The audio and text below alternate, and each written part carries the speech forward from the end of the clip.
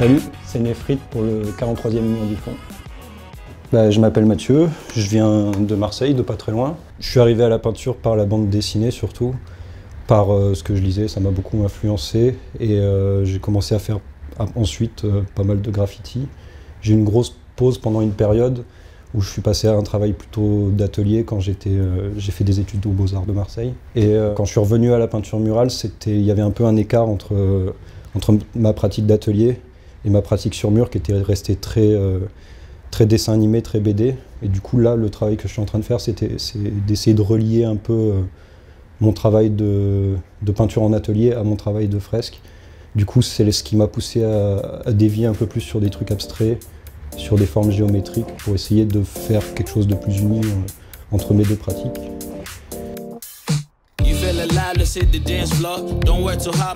Et du coup là, c'est ce qui m'a amené à faire des grosses formes géométriques un peu monolithiques, parce que ça se relie à mon travail un peu de texture et de recherche de couleurs sur toile. Je fais pas mal de menuiserie avec des découpes et des superpositions, d'où cette espèce d'assemblage plexiglas découpé.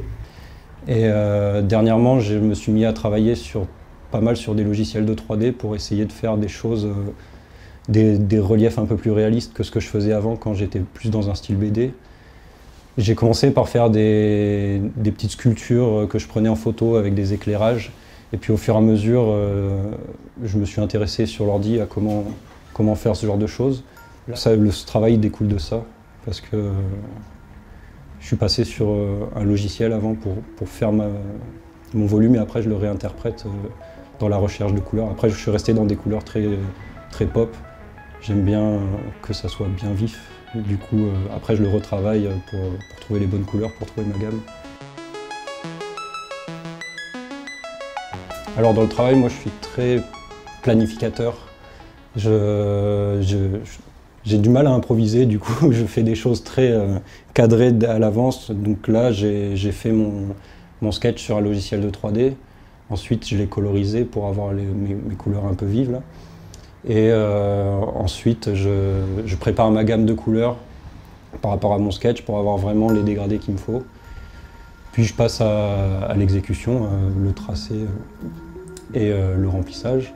Après je réfléchis au moment où je fais mon sketch pas mal à comment vont s'agencer mes couleurs et comment placer un dégradé à côté d'un aplat pour pas être techniquement trop en galère.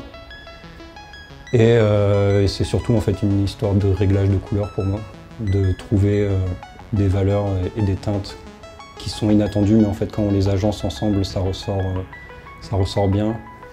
Et c'est un peu ma quête du moment de réussir à prendre des couleurs un peu sous-estimées et à les faire vibrer, parce que là, par exemple, il y a du marron dans le jaune, et en fait, il ressort pas marron entouré des autres couleurs.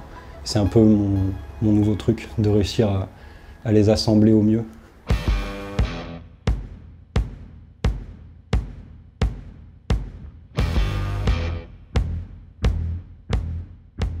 C'est très SF en ce moment. Après, c'est un virage que j'ai pris assez récemment, enfin ces 2-3 dernières années.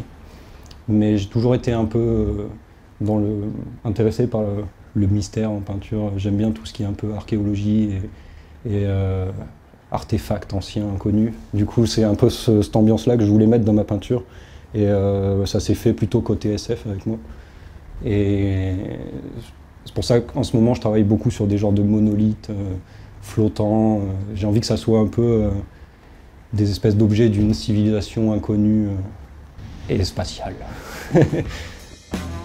Il vient un peu dans la suite d'une série de volumes géométriques comme ça, sauf que je voulais travailler plus le fond, et toujours dans cette démarche un peu science-fiction, j'ai voulu faire une sorte de planète et un objet volant devant, mais sans trop sortir de l'abstrait non plus, parce que j'ai pas trop envie que ça soit